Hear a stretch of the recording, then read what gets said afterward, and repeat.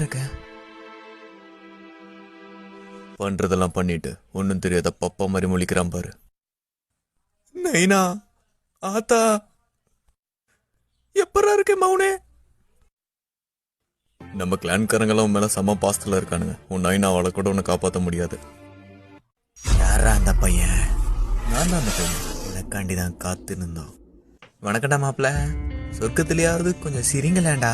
மச்சான் இவன் நம்மள மட்ட பண்ணனால தானே கல்யாண நாள். மகாலி எப்படி இருக்க? ஆசையா மல்லிப்பூ எல்லாம் வாங்கிட்டு வந்தேன். வந்து பார்த்தவன் எல்லாரையும் மட்ட பண்ணிட்டான்டா. நெல்றா ஃபுக்காக்கு மௌனே. எங்களை ரொம்ப நேரம் காக்க வச்சுட்ட. நீ பண்ண வேலைக்கு உன்னை கைமா பண்ணி கடைய போறோம்டா. நீ ஏறி ஆடிட்டாச்சி. இது நம்ம காலம். உனக்கு சப்போர்ட்டுக்கு நான் இருக்கேன். இவனா வில்லங்க பிடிச்சவனாச்சே. அடி பொலி அடி பொலி. நீ அவங்க சங்கல செஞ்ச சம்பவத்தை பார்த்து நான் உன்னோட பெரிய ஃபேன் ஆயிட்டாச்சி.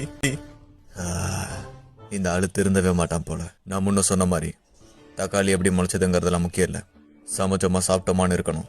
சரி உன்னோட மௌனை விட்டுறோம். அதுக்குன்னு மழுப்புறங்கிற பேர்ல மண்ணை சுட்டு ஏத்திட்டு இருக்காது சரியா? இப்ப இதுக்கு யாரு பொறுப்பு ஏத்துக்கிறது?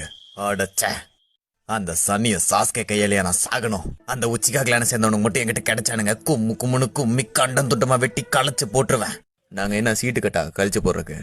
ஆமா மல்லிப்பூ இவர் கொடுத்துட்டா அல்வாவி சேர்த்து கொடுத்துரு. அதெல்லாம் மாமா வாங்கிப்பாரு. இல்ல